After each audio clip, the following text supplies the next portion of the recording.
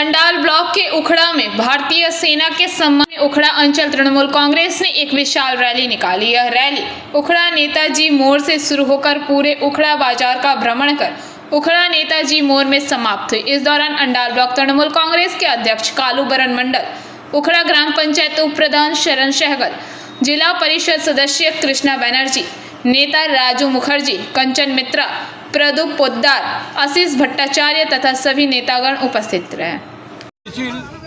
पहलगावे काश्मीरे पाकिस्तान जेभावे नृशंसभावे जेभावे आमादेर जारा पर्यटकदेरके ओखाने गुली करे हत्या करेছে पाकिस्तानेर जेसब जंगी बाहिनी तादेरके उचित जवाब आमादेर जवानरा दिয়েছে।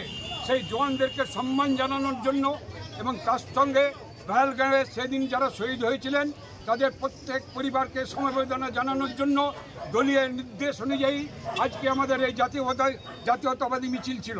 আমরা মমতা ব্যানার্জির নেতৃত্বে সৈনিক হিসাবে সেই দিবসটি আজকের এই মিছিলে এখানে পালন করছি।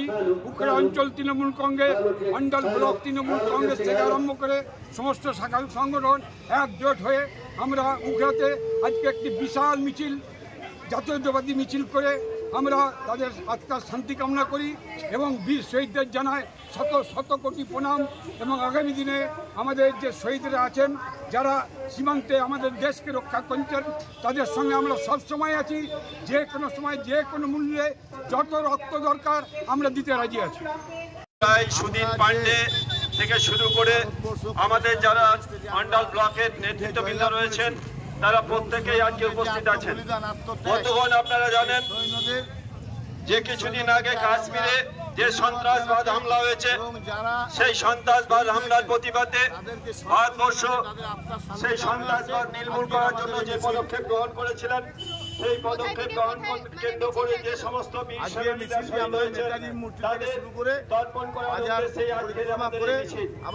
মনে রাখবেন একদিন যে স্বাধীনতা আন্দোলনের পূর্বে নেতাজি সুভাষচন্দ্র বসু, মহাত্মা গান্ধী, ক্ষুদিরাম বসু, প্রফুল্ল চক্রবর্তী, নয়বাদল দীনেশ যাদা বুকের রক্তে তর্পণ করেছিলেন ভারত মাতৃকায়। আজকে আমাদের ভারতবর্ষের বীর সেনানীরা আমাদের শত্রু দেশের পক্ষে মুখোমুখি জবাব দিয়েছেন। আমরা চিন্তা করছিলাম যে এই সন্ত্রাসবাদ নির্মূল করার জন্য আমাদের ভারতবর্ষের अंडाल से मंथन पासवान की रिपोर्ट, PVTV न्यूज़।